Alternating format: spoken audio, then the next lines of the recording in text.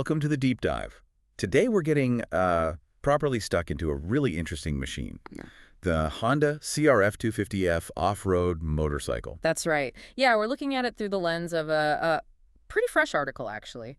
Honda CRF250F, the ultimate trail bike for beginners and experts alike. Ah, okay. By KR and Surrey, just out yesterday. Yep, May 8th, 2025. So hot off the press, basically. Nice. And our mission today, well, it's really to dig past the surface, understand what this CRF250F is really about. Exactly. What are its strengths? Where does it, truly excel? And does it actually live up to that ultimate trail bike claim? Especially for someone, trying to figure out if it's the right bike for them. Let's find out. So the big picture first. Yeah, lay it out for us. What's the core idea here? Well, the article sets it up straight away as a trail bike built for versatility. It's the keyword. Okay, versatile, meaning? Meaning it's trying not to be just for newbies or just for pros. It's aiming for fun, Honda reliability, and solid performance across the board. Right, hitting that sweet spot. Exactly. And the core of it, a durable 249cc single-cylinder engine. Importantly, it's got electronic fuel injection, EFI. Okay, 249cc single EFI. That sounds, well, pretty much par for the course in this category, doesn't it? It does on paper, but Yeah. that single-cylinder choice, it's smart for trails, gives you good low-down grunt, Torque for pulling through mud or over rocks. Precisely. And the EFI, while common now, is a huge deal off-road. Think about changing altitude. Right, carbs get finicky. Yeah, you might need to rejet. EFI just adjusts. Consistent power delivery, less hassle. It lets you focus on the ride. Makes sense. Taking the mechanical guesswork out, the article also mentions a rugged design, lightweight frame, long travel suspension. Sounds like the off-road checklist. Totally. Rugged means can take a tumble, which, let's be honest, happens off-road. Oh, yeah. Lightweight frame, that's all about agility. Easier to flick around, pick up. If you drop it, makes a big difference. And the suspension. Long travel is key, right? Absolutely essential. It's what lets the bike soak up rocks, roots, ruts, keeps the wheels on the ground for control, and frankly makes it way more comfortable. Avoids getting beaten up by the trail. Exactly. And then there's the Honda factor. Ah, yes, the reliability reputation. It kind of precedes them. It really does. People buy Hondas expecting them to just work, especially when you're miles from anywhere. That peace of mind is a big selling point. Definitely. Okay, so that's the overview. Should we dive into the specs, the nitty-gritty numbers? Let's do it. The article breaks it down nicely. Okay, so we've got that 249cc single, power, around 22 horsepower it says, and 18 newton meters of torque. Yep, approximate figures, but gives you a good idea. 6-speed manual transmission, EFI, air-cooled, suspension, 41mm telescopic fork front, ProLink monoshock rear. Disc brakes front and rear, which is good. Weight, 121 kilograms wet. Seat height, 34.6 inches or 879 millimeters. Fuel tanks, 2.7 gallons, 10.2 liters. And the price, estimated around 5,299 millimeters. Phew, a lot of numbers. It is. But what's interesting is the balance Honda seems to be going for here.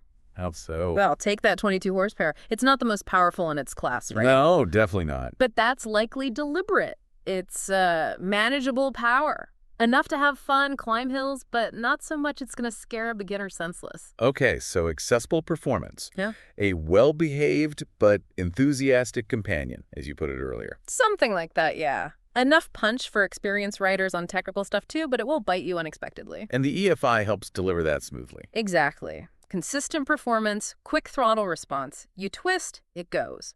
That predictability is gold off-road. Right. And the suspension and brakes. Long travel disc brakes. Sounds capable. Yeah. The long travel means it can handle bigger hits without bottoming out harshly. And disc brakes, well, they just stop better, especially when things get wet and muddy. Much more reliable than older drum brakes. Now that seat height, 34.6 inches. And the weight, 121 kilos. How do those play out? The height sounds maybe a little up there? It can be, yeah. Shorter riders might find it a bit intimidating, harder to get feet down confidently. True. But the flip side is usually ground clearance. A taller bike often clears logs and rocks better. It's a trade-off. And the weight, 121 kilograms wet. Is that good, bad, average? It's pretty reasonable for this class, actually. Not the absolute lightest, but definitely not heavy. Makes it easier to handle, less tiring, easier to pick up, which, again, happens. Good point. And the fuel tank. Yeah. 2.7 gallons. Should get you pretty far with EFI, right? Should give you a decent range, yeah. Enough for a good few hours exploring without range anxiety kicking in too hard. Okay, so the specs paint a picture of balance. Usable power, real off-road capability, manageable size. Let's look at the key features the article calls out. First, that engine again. Smooth and reliable, 249 cc. Right. They really emphasize that 22 horsepower figure as being approachable. Good for building confidence if you're learning. And the EFI benefits consistency, throttle response, fuel economy. We covered that, but it seems central. It is. Less time worrying about the bike, more time riding. That's the goal. And the air cooling. Why stick with that when liquid cooling is so common? Simplicity, mostly. Fewer parts, no radiator, hoses, coolant. Less to break. Exactly. Less weight, too, and generally easier maintenance. Fits that Honda reliability theme. For trail riding, it's often perfectly adequate. Makes sense. Okay, feature number 2, rugged off-road design. Steel frame. Sounds tough. Yeah, steel strong, provides that solid backbone, gives it rigidity, which helps with handling predictability. It needs to take abuse. And the knobby tires, obviously crucial for grip. Non-negotiable off-road, gotta have tread that digs in. And again, that 121 kilogram weight makes it feel more nimble, easier to throw around. Gotcha. Feature 3, advanced suspension system. That 41 millimeter fork and ProLink rear with adjustable preload. Sounds a bit fancy for this class. It's definitely a step up from basic setups. The 41 millimeter fork suggests good bump absorption, and ProLink, that linkage system, it helps the shock work better through its travel. How so? It makes the action progressive, so it's soft on small shatter, but ramps up, gets firmer on bigger hits to resist bottoming out. Ah, okay. Best of both worlds. Kind of, yeah. And adjustable preload is great. Lets you tweak the rear suspension for your weight, or if you're carrying gear, big impact on handling and feel. So customization. Nice. Then, beginner-friendly ergonomics. Compact, narrow frame. That 34.6-inch seat, plush seat. Sounds like they thought about the rider. Definitely. Compact frame makes it feel less bulky. Narrowness helps you grip with your knees. Right. And while the seat isn't super low, it's maybe a compromise for that ground clearance we talked about. Right.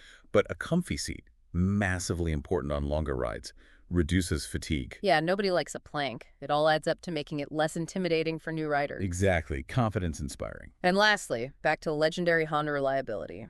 Low maintenance, built to last, user-friendly, peace of mind. That's a huge part of the Honda appeal. The idea that it'll just keep going with basic care. Less garage time, more trail time. Sounds like a solid package. Okay, how does it stack up against the competition? The article mentions the Yamaha TTR230 and Kawasaki KLX230. Right, the usual suspects in this category. The comparison throws up some interesting points. Why? Performance, for starters. The Honda, with its 249cc, has a bit more power, that 22 HP, versus about 17 for the Yamaha and 19 for the Kawi. Okay, so Honda wins on power. On paper, yeah. More torque, too. All right. But the Yamaha and the Kawasaki are lighter. The TTR is significantly lighter, actually. Ah, the power to weight thing. More power versus less weight.